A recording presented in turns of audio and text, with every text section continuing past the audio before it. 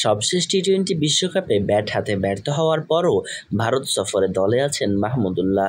স্কোয়াডে তার জায়গা পাওয়া নিয়ে নানা কথা উঠলেও সেসব নিয়ে ভাবতে চান না নাজমুল হোসেন শান্ত।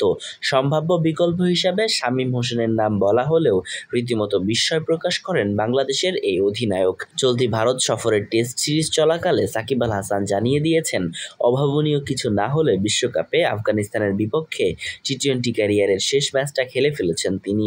তাই ভারত সফরে দলের বিবেচনা করা হয়নি তাকে।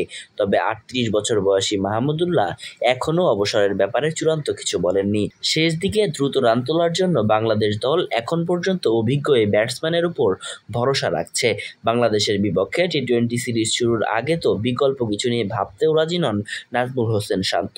যুক্তরাষ্ট্র ও ওয়েস্ট ইন্ডিজে হওয়া টি-20 বিশ্বকাপে ৭ ম্যাচ খেলে মাত্র ১৫.৮৩ গড় ও ৯৪.০৩ স্ট্রাইক রেটে ৯৫ রান করেন মাহমুদুল্লাহ। সেমিফাইনালে ওঠার আশা নিয়ে আফগানিস্তানের বিপক্ষে মাঠে নেমে সেদিন তেমন লড়াইও করতে পারেনি বাংলাদেশ দল। আর সেই ম্যাচে মাহমুদুল্লাহর ব্যাটিং অ্যাপ্রোচ নিয়ে তুমুল সমালোচনা হয়। ওই বিশ্বকাপের পর আর ম্যাচ খেলেনি মাহমুদুল্লাহ। ভারত সফরের দল ঘোষণার আগে পরে মিরপুরের শেরেবাংলা জাতীয় ক্রিকেট স্টেডিয়ামে নিজেদের মধ্যের ম্যাচের আদলে অনুশীলন পর্বেও তেমন স্বাচ্ছন্দ্যে দেখা যায়নি অভিজ্ঞ এই ব্যাটসম্যানকে। একই সময় বাংলাদেশের হাই পারফরমেন্স দলের হয়ে অস্ট্রেলিয়া সফরে বেশ কয়েকটি ম্যাচে শেষ দিকে দারুণ ব্যাটিং করেন শামীম। সব মিলিয়ে ৮ ম্যাচে ৪৬.৮০ গড়ে করেন ১৮৪ রান। ৩টি ম্যাচে তার ব্যাট থেকে আসে ৪০ ছোঁয়া ইনিংস। দেশে ফিরে নিজেদের মধ্যে ম্যাচের আদলে অনুশীলনেও বেশ ভালো ব্যাটিং করেন শামীম। গোয়ালিয়রে বাংলাদেশ দলের অনুশীলনের সময় সংবাদ সম্মেলনে তাই শান্তর কাছে প্রশ্ন করা হয়, শামীম হোসেনকে না নিয়ে মাহমুদুল্লাহকে দলে নেওয়ার সিদ্ধান্তের ক্ষেত্রে তার কোনো বার্তা ছিল কিনা। উত্তরে বিস্ময় প্রকাশ করে মাহমুদুল্লাহর পক্ষে ব্যাট ধরেন শান্ত।